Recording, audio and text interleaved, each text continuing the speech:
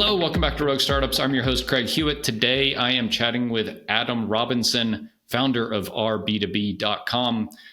And this is a great episode. Adam and I talk through a lot of founder psychology, self-limiting beliefs, self-sabotage, and ultimately how to escape this kind of doldrum of hell when you think you have product market fit and traction, but you really don't, and what to do to escape that and move on to building a really successful business. Adam has goals of building a $100 million entirely bootstrapped SaaS business, and I believe he'll do it. I hope you enjoy this chat with Adam. Adam, I see your stuff on LinkedIn and you're pretty visible in the bootstrap or in SaaS space. I'd love to hear at this phase of your journey, what when you wake up every day, what are you struggling with? What are you addressing in your business? Y'all are successful, right? Both on the B2B and B2C, e-commerce side. What's going on these days? So we have it's one company, but we have two business units now that we actually have a B2B business, and they're at such different phases that they have such different problems. So I actually put out a monthly update. I think it hit yesterday. That was the timeline of our ARR growth of the total company over the last 18 months or 2 years or something like that, since September 22. And in September of 2022, we had 12.5 million ARR and 6 people. And I was like, this is a unicorn twice over. If we hone in on our ICP, our churn's going to go down. We'll be at 50 million ARR by the end of next year because we have super low penetration in this big TAM and everyone's buying it. No one's ever heard of it. It's just it was this lightning in a bottle product market fit. And long story short, the churn picture didn't change. We got surprised and it was easier to replicate than we thought. We had 20 competitors pop up. And it's just the opposite of what we thought. But having very little experience, I kind of brought on this advisor who's now our COO named Santosh, and we hired 50 or 60 people in 2 months, whole management layers, all this stuff. And man, it was gnarly. And it was really bad for a lot of reasons. We were overselling people. The TAM we thought was 50,000 stores that we could sell a $30K deal to in 7 days. It was actually 1,400 stores that we could sell a $22K deal to in 30 days. That's just a wildly, with by the way, a 60 or 70% annual churn rate. It's I thought it was going to be a 30, right? With all those other dynamics. Right. So wildly different business than I thought, 2 years ago. And that's my fault, but what are you going to do? It's all of the signal that in the data and looking at other companies in the space, it's it's all pointing towards this. And the middle of about a year ago, maybe a little longer, we had a big sales team. We had 20 people in the sales, actually BDRs and AEs, because that's what, whatever company Y in the Shopify space had that was also kind of like that's us. what Jason Limpton says you should do. Yeah, totally. Yeah. And it was clear that it wasn't working. The VP sales who had hired quit, and then we just made the right decision instead of replacing him to go down to 4 salespeople. But then we sort of backfilled in engineering and product. And then because still, I would say we have fallen out of product market fit now because of the competitive dynamic, not because our product doesn't work anymore. It's just not quite as differentiated. And then the actual penetration into the TAM is much higher. So it's just so different. Okay. But there are companies still set up for the throughput that was going through a year ago, right? Which SaaS, it's not really about what your ARR is. It's about how much is going through and how much you need to onboard. And then the service component is not most of the people. Right. So we literally last week just got to the point where we're okay, so I'm listening to my co-founder, Diane. She's we're not getting enough out of the partnership team. We're not getting enough out of the, whatever team, we're not, it's what's happened. We don't have product market fit anymore. So the stuff that we did when we had it just isn't working. And it's not about these people, they just can't do as much because there's not this word of mouth element to it. Right. So the struggle is my team is too big. Right? So, that's over there. That's on the one side. Right. Yeah, I just want to I want to pick at that a little bit because I think to me what I'm hearing is like product market fit may be strong, right? Like you have a product that people want, it might just be that like the opportunity or the boat you're in like isn't what you thought it was. Like that's what it sounds like to me. Like y'all have like high Yeah, churn, maybe that's just kind of the nature of the space, the number of it's definitely a opportunities you high churn have, the product sales category. velocity. Yep. I think that you're correct. But I think like, so you can have a great product that doesn't have product market fit due to the situation that you're in, you know? Sure. Yeah. And I think that like it's just, I think it all depends upon how you define product market fit. If you define it as that kind of like the world's pulling the product out of you, everything that you do works and it's just a matter of choosing which thing you're going to pursue. Cash is piling up in your bank account. You feel like everyone has too much in like, whatever. It's like, we've kind of shifted to the opposite of all of that. Right. Sure. Fair. Even though the product crushes it for this narrow band of people from an ROI perspective. Right. So yeah, like, it wasn't that much of a struggle because I think that this, I would say I like lost the plot when it comes to being a bootstrapper and getting like very seduced by this sort of like, oh, let's just, spend, let's be at shows, let's do whatever. And, we're going to reduce the size of our team to, I think an aspirational SaaS thing is like $1 million of ARR per head, right? So that business unit with the growth paradigm it's in, that's where it should be. And like, Yeah. that's the move we're going to make to get it there. And actually, interestingly, one of the things that brought this to clarity was when you are as inexperienced and sloppy as we were hiring and people say you don't have processes, what I thought was like, oh yeah, we do. We like use PandaDoc to like, you know what I mean? Yeah. It's like, and they're like, oh, we have an OKR spreadsheet, right? Like, and it's just like now, so like we hired an executive coach who's working with 8 people on our team and he's been working with us for the last 6 months. We're implementing EOS. And now it's so clear to me what having processes actually means and what like the habits of operating as an efficient 50-person organization actually need to be. And when you start running a company like that, everyone goes from being underwater to saying, I actually need more on the engineering product roadmap, right? Right. And like, it just became very clear to us that quite frankly, we could do the same amount of meaningful things, not things that don't matter, right? Which is kind of what happens when you adopt one of these systems. It's like, well, what is actually going to move the ball forward down the court? And let's only do those things and let's not do anything else. And when you look at the business through that lens, that's another gauge of the team is just way too large for what we're trying to do, right? Yeah. I think this is a super important point because I think probably to some degree, most of us are in this boat, right? We have something that's like, I was chatting with Dan Andrews from the Tropical MBA podcast about like, let's grade our business. He's like, yeah, our business is like a B or a B plus. And I gave our business kind of the same thing. Like, how do you decide, okay, it's a B, but we should just shoot it in the head and go do this other thing like y'all have done? Like, or how do you say, oh, it's a B, but if we do this and if we do this and if we do that, like this is the trap of the entrepreneur's like hope, right? It's like, fuck, I'm just one step away from this thing being an A to where it's really worth my time.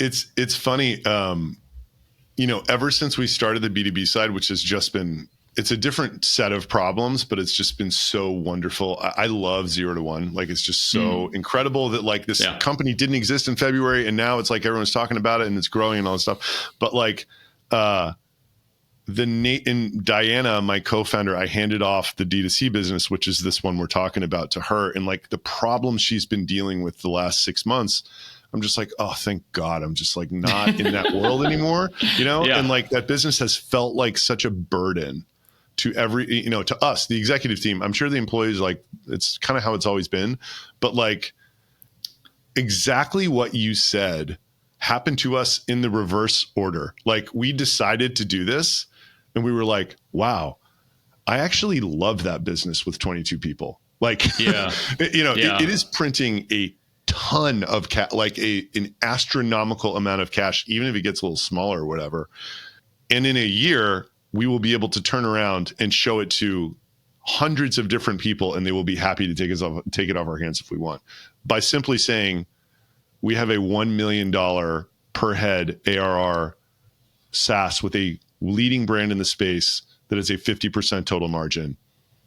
Are you interested in that asset? Right. It like complements your portfolio. The answer is probably yes. Whereas like right now it's like, oh, we got to we're not running efficiently. It's kind of like there's all this operational blah, blah, blah. So what I wish that I would have done and did not do 6 months ago, because it was basically say like, okay, this is kind of a burden for us. What would we have to do to be looking at this thing and say that it's an A+, right? Yeah. And do you think it was just team size? Like it's a good business at this scale is kind of what I'm getting, like this opportunity to scale. Yeah. So it's like, one of the thought exercises is like, was this business just meant to be 17 million ARR and not 22? Right. Like 17 making 9 is better than 22 making 5, something like that. Right. Mm-hmm. Like, for everyone, I think. So, for me, it's like, look, and the goal is not let go of half the team working on that and then everyone else assumes all of their work.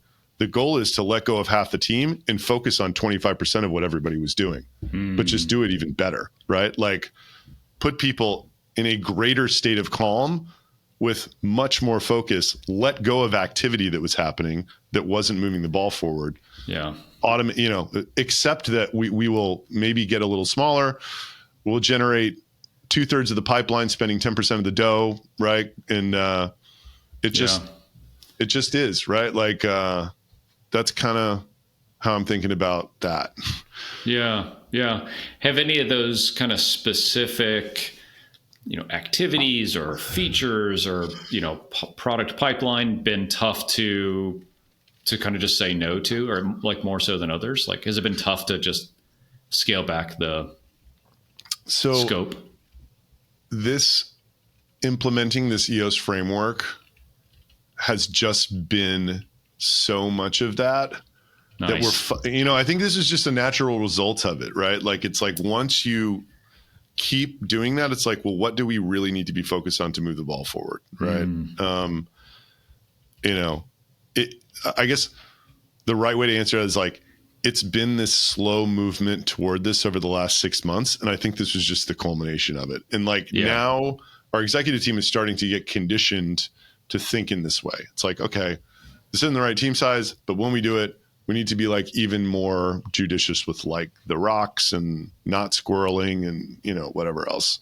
Yeah. Can we do things in a different way that would take a lot of the, sort of inbound away from these people or like whatever. Right. Gotcha. Okay. And so you've been kind of alluding to it, but on the B2B side is our B2B. I'll summarize it as like identifying anonymous website visitors and pushing that to your Slack channel so you can contact them via LinkedIn. Is that? That is. Yep. Yeah. LinkedIn and email. We send a LinkedIn URL, headshot, email address, some basic firmographic info. Yeah. Cool. So love it. Know several people that use it. We don't use it, but may soon for our productized service. I think it'd be a really good fit for that. We do like done for you podcast editing. And so I think our customers are businesses and they hang out on LinkedIn and stuff. So that's all cool. The thing I wanted to ask about is you have I think a cool business model where it's free, with a pretty significant paid option. So tell me about how you kind of arrived at that kind of pricing model. Yeah, not well is the answer. Okay, awesome. So, that's the best way. So yeah, I mentioned this in the story of my other business. It's like one thing that I learned in this, getting very ambitious and then crashing back to earth, is that there are high churn product categories of SaaS companies. On one end, you have your CRM You have your email marketing tools for e-commerce businesses. These are things where they're systems of record, they're housing the database, and they're, those are the companies that get enormous because people sort of only leave them to go to competitors, right? On the opposite end of the spectrum is when you are selling leads to someone and trying to make it a SaaS, which is like what this is. Because like regardless of how good the leads are, there are certain people that cannot make money from leads, right? Like there are 8 reasons why someone will cancel a lead tool that do not apply to canceling a CRM. So my attempt originally to make, so our B2B was going to be that, right? My first idea was, okay, it's going to be high churn product category. At least we could go for a lower churn buyer persona and go up market first, because I'd like created this founder brand in the B2B space. And I thought that I had the brand value to just go in there, which normally isn't the case. So I was like, that's how I'm going to use this. Yeah. Then the content was working so well that it was like, man, there's so much benefit to scale of the content. If I had a free offer, it would actually benefit me so much more than someone who didn't have this content megaphone. And they could like both play off of each other, the scale of both of them. So I was like, okay. Then I'm back in this high churn buyer persona, high churn product category, which just sucks because like it'd be great cash business, but like it'll cap out at 20 million ARR or something. And like that's awesome, but like I just want to know if I can actually grow a company bigger than that. I'm like in this paradigm in my life, I'm like, can I bootstrap 100 million ARR somehow? Because you kind of already did the very good but not enormous side on the like it's D2C, a great business. It's a great business, but like the for me it's like, and I'm sure it'll change, but like the ultimate ego validation as a founder is like, can I join that club of bootstrapping 100 million ARR? Like I think maybe 3 companies have done it, maybe 5, I don't know. And like MailChimp, I was in the MailChimp space in my first startup, and I just like admired that company so much. So anyway, my attempt initially was going to be give the leads away for free and then charge for a workflow, because that's lower churn than the leads. So it was like unlimited leads. And then like for this HubSpot integration and Salesforce integration that did these certain things, you would pay. And the idea was maybe we're trying to get money from like 1% to 2% of people, but like we could get enormous because that would be super sticky and like literally everyone would just use this thing. And the crazy, it was just like people loved the idea of it. My thesis was like $4.95 a month. Who gives a shit? Like nobody who's going to get value out of this cares about $4.95 a month. And that was correct. We could charge people before they used the free version, but the second they started using the free version, their willingness to pay went to zero, because they're just like, dude, first of all, you could parse the Slack block and do whatever you wanted to with the lead. But the value was so overwhelming of the free version that every single person was like, I don't need the paid. I don't care what you add to it. Like, this is the most amazing product I've ever seen. And it's all that I need. And like 6 weeks after launch, we had like, I think 2,300 signups and 13 paying customers. And to give you an idea how, so like, we basically switched to where it's metered, and 85% of our signups have below the metered amount. They get it for free. Over 200 leads a month, you start paying this, like, it averages to $275 a month, but it's still super, a mid-market SaaS, we're looking to get like $600 or $700 a month monthly from, like, it's zero friction pricing, basically. Is the idea. So, and now it's like a 9% touchless conversion rate. So like, that's like how dramatically different just doing that is, but the churn is also absolutely absurdly ridiculous. We're not doing anything right now. Like, we need to like start figuring out churn reasons and figuring out the front end of the funnel also. But like, that's just part of it, right? Like, so 9% free to paid is what you guys are seeing right now. Yeah. 9 to 10% free to paid. Some weeks it's higher than that without a touch, but also it's like a 9 or 10 month average life right now based upon 5 months of data. So, but the CAC is zero. It's just basically the cost of my LinkedIn program. So it's one of these things where it's a highly lucrative business. It's just a question of how big the ARR can get, with that leaky bucket dynamic. I just believe with like every percent you can lower monthly churn, you get like another 10 million ARR that you can grow before you peter out, Yeah. I know that like privacy concerns are something that like when I first saw it, I was like, what? I see some stuff right on LinkedIn. I hear people talking about like, oh, is this cool? Like obviously in Europe with GDPR, this is not cool. Here in the States, even like I think folks wonder about like California and some countries, some states or areas that might have tighter kind of regulation. Like aside from actually the what's happening there, how do you think as a founder about like risk and entering a dynamic where there's this thing, right? Like entering a market with this kind of dynamic, because it's a form of platform risk or kind of business risk. Like tell me about like how you think about that. So like if people have seen the way I've handled some situations over the last 6 months or so, I think I have like a kind of contrarian view on a lot of things. Like this company 6 Cents sent me a cease and desist, and I posted it on LinkedIn and rewrote the post that they cease and desisted me on. So like, some would view that as risky. I view it as incredible marketing, right? Like, the best PR I could ever have gotten in my life was that, right? So like, in terms of this approaching so like, here's the way I look at it.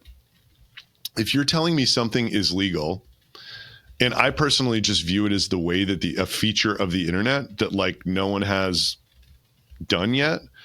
And you're also telling me that the leading brands in the space could do it, but the reason that they're not doing it is because they are afraid of not getting valuations from investors because it can be perceived as gray area. I'm very attracted to that fringe market. Like if you're telling me that people have looked at the space that is obviously very valuable, and the reason they're not doing it is because they're scared, but it's legal. Yeah, I love that. And then you have this added benefit of a vocal minority of privacy people that yell at you and call you a scumbag, which is great content, and people in their network come and sign up, right? So like you can't be bothered by that. Like people, like I had this guy on my webinar this week, he's a privacy guy, and he hates me. Like he literally calls me a scumbag on LinkedIn all the time. But I'm just like, look, I want people to hear your side of the argument. And if they decide they don't want to use this, then they can decide not to use it. I don't want to hide anything. I'm not hiding anything. Yes, there are people who are going to think that this is, pushing the envelope. But like, I think people are so off on this data privacy thing. And like, there's just like deep pockets funding these privacy people's focus on a certain area of privacy so that this other much more obvious thing gets ignored. Like that's just the way the world works, right? Like, so yeah, I am very drawn to markets like that. And I want to tell one more story. When I started retention.com, which was called Get Emails, the day that I started it, cookies were supposed to go away in 18 months, third-party cookies in Google Chrome. It was going to kill that product as it stood that day. We've learned how to do it in another way to where it wouldn't totally kill it, but it would adversely affect our ability to like accurately identify people. We could still programmatically do it. It would just lower the accuracy by about 25% of that happened. But it was supposed to be completely gone away. And I was like, whatever, every year, hey, we're going to test. It's going to go away in 12 months or whatever. And then finally they come back and say, oh, we're not getting rid of it. Right. So like, I saw that. I love betting against regulators' ability to do things in a certain amount of time. Do I believe that what we do will be around, will be okay? It'll probably be regulated out of existence in like 20 years, I think. 10 seems short. If you think about like, it took 5 years for Google to say we're getting, I think they were even saying it before 2019. It took like 7 years for them to basically try to do a bunch of experiments and deal with all these parties and then decide that was just the way that the internet worked. Right. Yep. So yeah, that's another thing that I like betting against. It's like, I love betting against massive policy swings, right? Like the regulators apparently want to end all of web retargeting. It's like, good luck. There's like multi-trillion-dollar companies now who make a lot of money on that. Right. Like tough to bet against them. I think this is important again, because like a lot of listeners to this show are SaaS founders like you operating in an ecosystems like Shopify or an app marketplace or something like that, to where, both platform risk and betting kind of with or against the establishment, if you will, is like an important business dynamic. Like, what else do you see from like a contrarian perspective that most of us might be getting wrong, right? Like third-party cookies. Like, what else do you see out there that you're like, oh yeah, we all think it's going this way, but it's actually going to go like this other way? So aside from crypto, and by the way, like, I do think data privacy is headed one way. It's like headed more restrictive. The question is, the question that people get wrong is how and how long is that going to take, right? And like an ideal situation to be an entrepreneur, in my opinion, is, and this was like what was so beautiful about the Get Emails thing. And so like the last company was just for e-com companies, it was resolving an anonymous visitor to an email address. Everyone thought in 2019 that that's spamming and it's illegal. So like when the whole world thinks one thing, it's hard on one hand because you have to educate, but on the other hand, like that's just not a market that any entrepreneur worth the salt would go into, right? So like the competitive dynamic is just so different, right? So I would look, nothing is, immediately sort of comes to mind like that, but like I kind of like these confusing privacy backdrops as an operator because it just keeps people out of it. And then like you get a lot of traction, you get some copycats or whatever, but like, copycats are only going to do so much damage, right? Like, yeah. Since you kind of like live and breathe in the kind of like B2B lead gen space, like I think it's probably like the biggest challenge that most B2B SaaS companies have is like, fuck, I need more leads, right? I have a degree of product market fit. I sell my thing. I close well. I just need more leads. Like I do some coaching for founders, and almost every one of my clients, it's like, I just need more leads. Yep. Like you mentioned LinkedIn. We just finished a big old series of 6 or 7 episodes all about LinkedIn and what a great kind of channel it is for folks to generate pipeline for their business. Like, what do you see now as we're recording this in like August 2024 of like, if you're a B2B company, just do this, right? Like, yeah, cut out all the other shit that like you're talking about with like, when you implement EOS, it gets really clear. Like, what's the simple like red button for a SaaS founder? So, and I have not been part of, let's say, a 250 million ARR or greater business where they're like doing brand marketing and not direct response to get leads, right? Because like my understanding is it's all direct response until a certain point when direct response doesn't work anymore, you just do brand, right? Yeah. So I've never been this is for early stage founders when I make this statement, right? So like cold email, the predictable revenue style of doing that was incredibly effective until I don't know when, right? But like I still get forwarded cold emails from people. Like we got this new competitor called Squid pop up, and I got like 10 people forwarding me their emails that like they're sending saying that their product's better than ours or whatever. So that was just like a superpower of demand creation that I'm not going to say it's a 0% effective today, but it's just like 5% of what it used to be.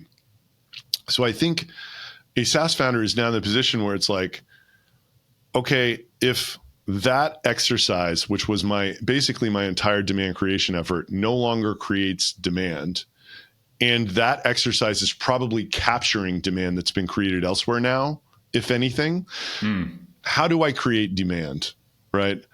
And I don't know if there's like a blanket playbook, but I think that,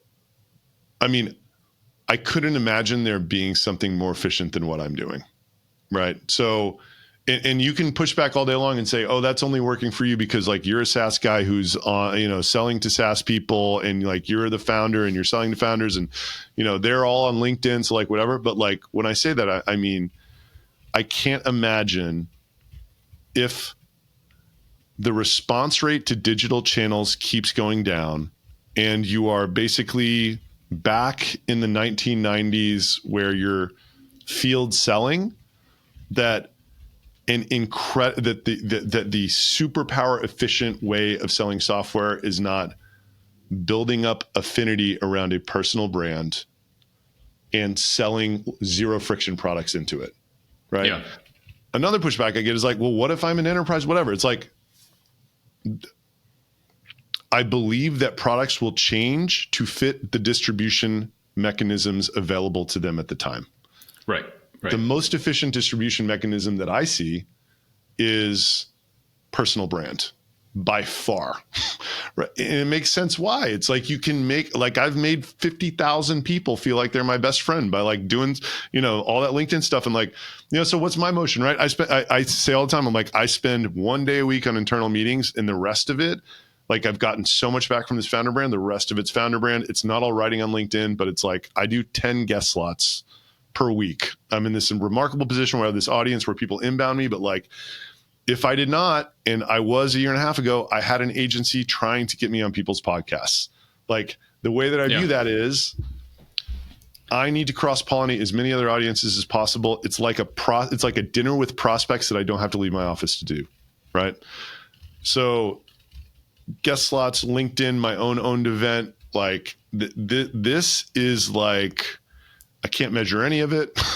I can measure how well it's LinkedIn obviously post working does. though. So I can measure how well LinkedIn post does. I don't know directly what signups are coming from it, but it's just like, it makes it like, this is where demand creation is happening now, in my opinion. It's like creating organic social media content that is good enough to where your prospects actually want to consume it, even if you weren't selling anything. And just doing that over time, right? Yeah, and I would generalize a bit to say for you it's LinkedIn. For some other folks, it could be podcasting. Like I have a lot of friends who their entire business is built on a podcast, and it's not like they're selling ad spots, but they're selling a conference or they're selling a membership site or something on the back of a podcast. I believe that I mean, for me, it's either a toss up of LinkedIn or YouTube. I think either, but the premise and that the concept is the same either way. Is like create amazing content, build a brand, people know, like, and trust you, and you just put this thing in front of them to buy. And if it's self-service or low friction, it gets straightforward from there. Yeah. I mean, that's what I think the future is. Unfortunately, like anything else in life, to be great at that is very hard, right? Sure. Like there's a long, simple but not easy. Yeah. There's a long learning curve to getting to the point where you found your voice with content creation. But once you have found your voice, there is absolutely nothing more powerful. That's what I believe. Yeah. What in finding your voice, what has made the difference for you? So it took me 12 months, and there was like literally a moment when it was like, I did not know what I was doing on LinkedIn until this moment. And then 7 days later, I'm like, I know exactly what I'm doing. Because like I got a huge post, and then I did 3 more, and they were all huge. And basically, but by the way, it was a result of everything that I had learned for the whole year of it not working and not really knowing what I was doing. So 12 months to overnight success. I started in I was trying to we were selling to e-com stores. So I was trying to build an audience on LinkedIn, then kind of move it over to Twitter or whatever, where most of them were. And it was kind of working in some ways, but not working in like a direct business outcome way. But it was enough to like keep me going and keep me kind of obsessed with the idea. And then even before we had decided to make a B2B product for sure, I felt like I'd gotten good enough at the e-com stuff that I was like, what would happen if I pivoted this and like directed it squarely at the revenue leaders of SaaS? Because a few of my posts had been about that pain that everybody was feeling in 2023, and they were huge. So like, I did one about BDR, about the stuff no one was willing to say, but like everybody was feeling massive. Yeah. Then like did 3 more kind of like that. And it's like, okay, now I am writing to me about my pain. And people would say this back to me. It's like a unique type of pain that you could only know if you were in that seat. Whereas like trying to connect with e-com people, I don't own an e-com store, right? Like I can tell them about this one part of e-com email, which they don't really give a shit about. But otherwise, it's just like hiring, firing, make a good product, you know, whatever, the dream of the bigger. But like when you start talking about like, I hired, you know, I proved out my BDR motion with 3, I hired 10 and my demos didn't go up. And then my VP sales quit and I downsized to, you know, back to whatever. It's like people felt that they did that last year, or they either felt it or they want to do it. Right. So, and then I also got the appreciation for like, you hear this word hot take, right? Like I really felt what it was. It's like something that you would tell your spouse that like you wouldn't say to the public because of like who that would hurt, right? Like you're not supposed to be like, if you have a big BDR team, you can't go out and say that like the whole BDR complex is fucked. Right? Like you just can't do it. You know what I mean? Like there's a lot of reasons why you can't say that. So that's an example. It's like, you know, I really felt that part of it. And like, I started to feel like the emotional journey of a perfect post. It's like you agitate this like very unique pain that you lived through. And then you like provide the relief and like sort of end it in this. But like, this is like after a year of like intense dedication to this craft. Right? I feel you, because I mean that's a fair bit of the transition that this show has been through. So like, just for context, like I had a co-host for 7 years, like 300 episodes of this show. He was like, 7 years enough, like I'm done.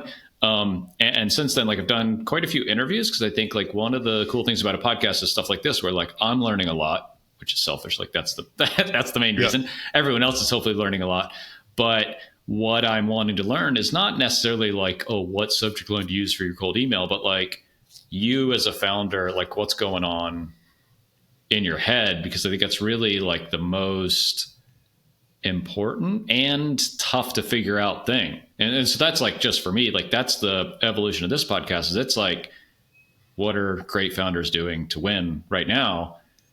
And a lot of that's, you know, I think before we started recording, you're like, man, I fucked up a lot. Like I have a whole lot of bad things to say. And that's the reality, man. It's like, none of us know what we're doing to different degrees. And so I can really feel you. And I think there's the last thing I'll say on this. It's like, even this will be episode 324 of this show.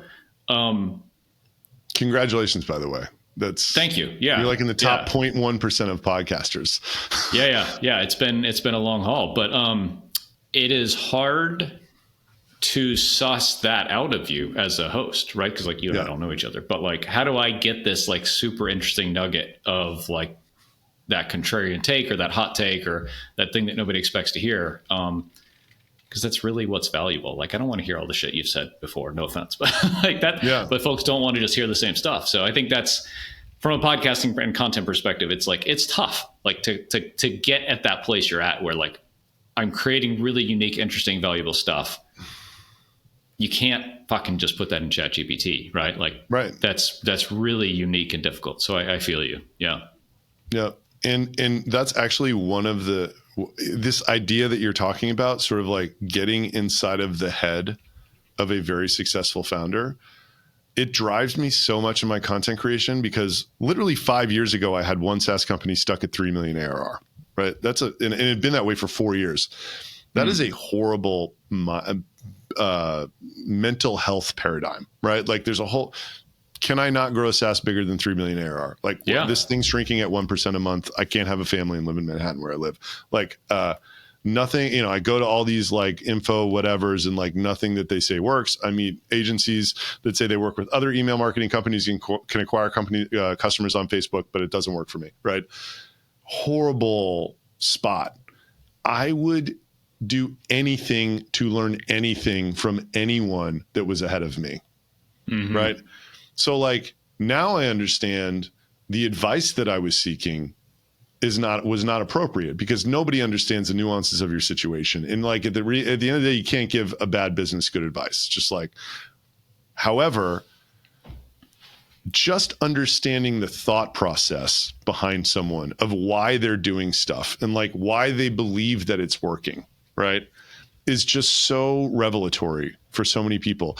And another reason I share so much is like, I want to evangelize bootstrapping 10 million ARR for SaaS people. No one does it. I think the reason why they don't do it is because it's a little more painful, but like realistically, the second you get traction after being in this horrible state that I was in for so long, money shows up at the door and says, if you sign this piece of paper, then you're worth $30 million. It's not true. You're going to be an underpaid slave for the rest of your life. But I think just showing people that it is possible to do it, right? It's like the 4-minute mile thing. Like, I did it once 5 years ago in a way that is totally different than I'm doing it now, right? But you can do it, you know? So that's like another reason that I'm like out here yelling about all this stuff. Yeah. Love it. I think this is a cool place to wrap up, man. Thank you for sharing so much, like here on LinkedIn. We'll put a link in the show notes for folks to check you out there, rb2b.com, if they want to check out getting information on who's visiting their site directly into Slack. Anything else? Any other places folks can kind of reach out and connect with you? Yeah, LinkedIn, hit me up, Adam Robinson. That's where I'm spending most of my, my time. Awesome. Thanks, buddy. Appreciate it. Thanks, Craig. Great show.